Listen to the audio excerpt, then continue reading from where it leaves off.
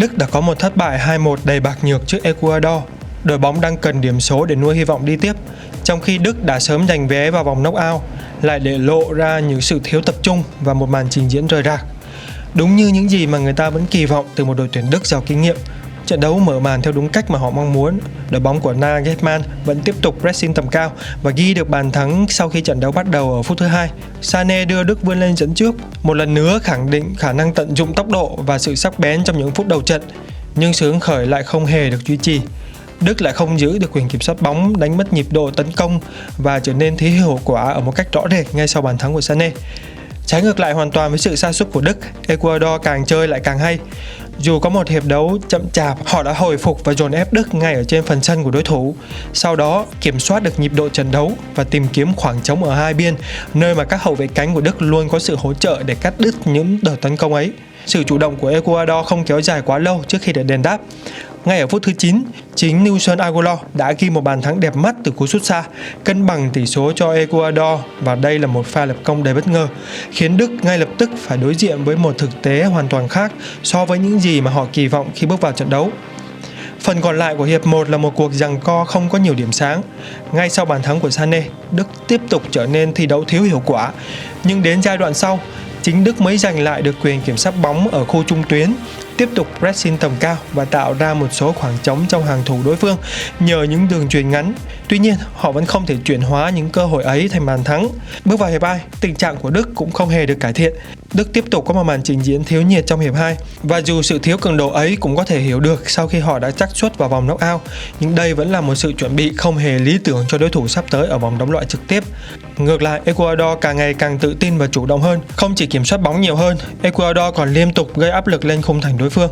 Và những điều chỉnh chiến thuật của huấn luyện viên cũng đã phát huy hiệu quả, giúp toàn đội chủ động hơn và tạo ra mối đe dọa lớn hơn.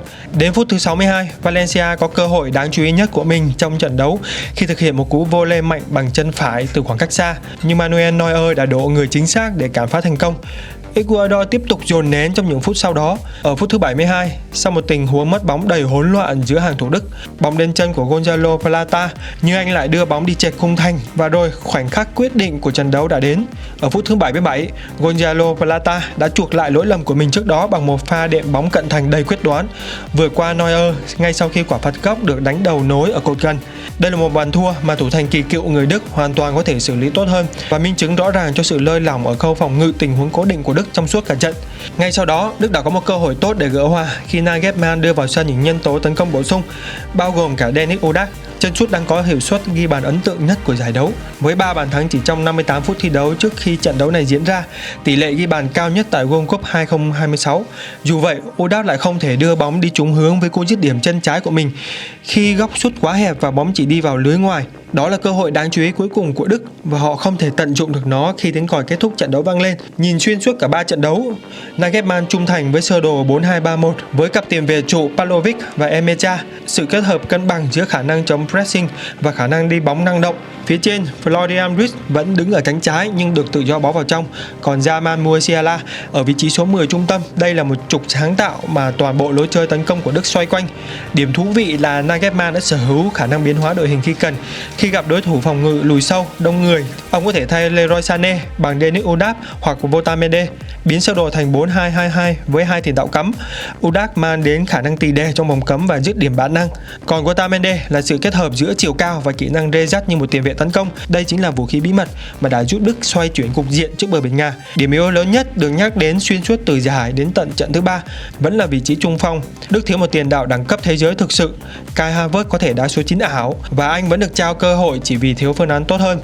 Điều này giải thích vì sao Denis Odak, dù chỉ đóng vai trò siêu dự bị, lại trở thành nhân tố thay đổi cục diện quan trọng nhất. Anh vào sân từ băng ghế dự bị, ghi bàn và có 2 kiến tạo ngay trận mở màn, rồi tiếp tục có cú đúp vào lưới bờ biển Nga để hoàn tất cú lội ngược dòng. Và đây cũng chính là chân sút hay nhất của Bundesliga mùa 2025-2026 với 19 bàn. Trong khi đó, Sané chơi không tốt trước Curacao, bỏ lỡ cơ hội và bị chỉ trích xuyên suốt cả giải.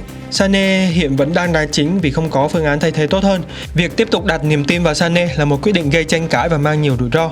Ở vòng knock-out, nơi mọi khoảnh khắc đều quý giá, Đức không thể nào tiếp tục đầu tư niềm tin dựa trên cường độ chạy chỗ thay vì hiệu suất thực tế. Nagelsmann cầm một tiêu chí đánh giá khắc nghiệt hơn, hoặc là ông trao nhiều thời gian thi đấu hơn cho Lê Quy Linh, phương án thay thế khả thi nhất. Đức ở giải đấu này bùng nổ đầu trận, rồi đuối sức và mất tập trung giữa và cuối trận là điều đáng lo ngại nhất. Vấn đề không đơn giản là việc vượt qua vòng bảng, mà là liệu quá trình ấy có tạo ra một bản sắc đội bóng ổn định trước khi bước vào vòng đấu loại trực tiếp đầy khó khăn hay không. Đáng chú ý, Nagelsmann đã khẳng định trước trận Ecuador rằng ông không thấy lý do gì để phải xoay tua đội hình mạnh nhất, dù đã chắc suất đi tiếp, bởi đội bóng vẫn cần thêm thời gian để gắn kết sau khi nhiều trụ cột như Havertz, Musiala hay Emecha từng vắng mặt đội tuyển cả năm, và ông cũng muốn dùng trận này để chuẩn bị thực sự cho vòng knock-out. Điều này cho thấy sự bạc nhược trên sân không hẳn xuất phát từ việc cố ý giảm cường độ, mà có thể là phản ánh đúng thực trạng. Tập thể này vẫn đang trong quá trình tìm kiếm sự ăn ý và bản sắc chung, dù sở hữu đầy đủ những cá nhân chất lượng. Tổng thể sau 3 trận đấu, Đức của Nagelsmann vẫn là một tập thể giàu chất lượng, pressing ở cường độ cao, có các phương án xoay chuyển chiến thuật linh hoạt và một hàng công với nhiều lựa chọn chất lượng từ ghế dự bị. Nhưng như chính giới phân tích đã cảnh báo từ trước giải, những lỗ hổng phòng ngự và sự bất ổn nơi hai cánh vẫn là thử thách đáng kể trước những đối thủ hàng đầu. Và thực tế 3 trận vừa qua, đặc biệt là cách họ liên tục bị đối thủ yếu hơn gỡ hòa hoặc vượt lên dẫn trước đã xác nhận đúng những lo ngại ấy. Trước khi bước vào vòng knock-out, nơi đây sẽ không còn cơ hội để sửa sai qua nhiều trận. Đức cần tìm lại được sự ổn định và sự tập trung mà họ đã thiếu vắng trong suốt vòng bảng, nếu không muốn lặp lại nỗi đau của hai kỳ Gold Cup gần nhất. Cả hai bàn thua quyết định trước bờ biển Nga và Ecuador đều liên quan đến sự lơi lỏng ở các tình huống cố định, đặc biệt là khả năng phản xạ của Neuer trong những pha bóng bổng ở cận vòng cấm. Đây là một chi tiết nhỏ nhưng có thể quyết định cả một trận knock-out. Tóm lại, Đức không thiếu tài năng, họ thiếu sự ổn định và kỷ luật để biến tài năng ấy thành kết quả chắc chắn trong 90 phút, đặc biệt là sau khi đã có lợi thế. Đây chính xác là những gì mà đã khiến họ dừng bước sớm ở hai kỳ Gold Cup gần nhất, và nếu không khắc phục, lịch sử hoàn toàn có thể lặp lại. Nhìn tổng thể vào trận đấu, thất bại này của Đức giúp họ nhìn nhận lại màn trình diễn của mình, dù lý do đã chắc suất đi tiếp để giảm cường độ có thể giải thích phần nào cho sự thiếu sắc bén của Đức. Nhưng cách họ để mất quyền kiểm soát trận đấu ngay sau khi đã có bàn dẫn trước từ sớm, cùng với một sai sót cá nhân ở hàng thủ dẫn đến cả hai bàn thua, là những tín hiệu đáng lo ngại trước khi bước vào vòng đấu loại trực tiếp, nơi mọi sai sót sẽ phải trả giá đắt hơn rất nhiều so với một trận đấu mà kết quả không còn ảnh hưởng đến khả năng đi tiếp. Đối với Ecuador, đây là một chiến thắng mang ý nghĩa sống còn và đầy cảm xúc, vượt qua một đội tuyển được đánh giá cao hơn rất nhiều về đẳng cấp. Dù với một Valencia chưa thể nào tìm lại phong độ tốt nhất, Ecuador vẫn chứng minh được tinh thần chiến đấu và khả năng tận dụng cơ hội hiếm hoi để tạo ra một kết quả có thể quyết định toàn bộ số phận của họ ở giải đấu năm nay. Với những nhân tố trẻ tỏa sáng đúng lúc, Ecuador giờ đây có thể nuôi hy vọng thực sự vào một suất đi tiếp ở vị trí thứ 3, trong khi Đức sẽ phải nhìn nhận lại nghiêm túc và phải có sự chuẩn bị tâm lý cũng như chiến thuật của mình trước khi đối mặt với những thử thách thực sự khắc nghiệt hơn ở vòng knock-out sắp tới.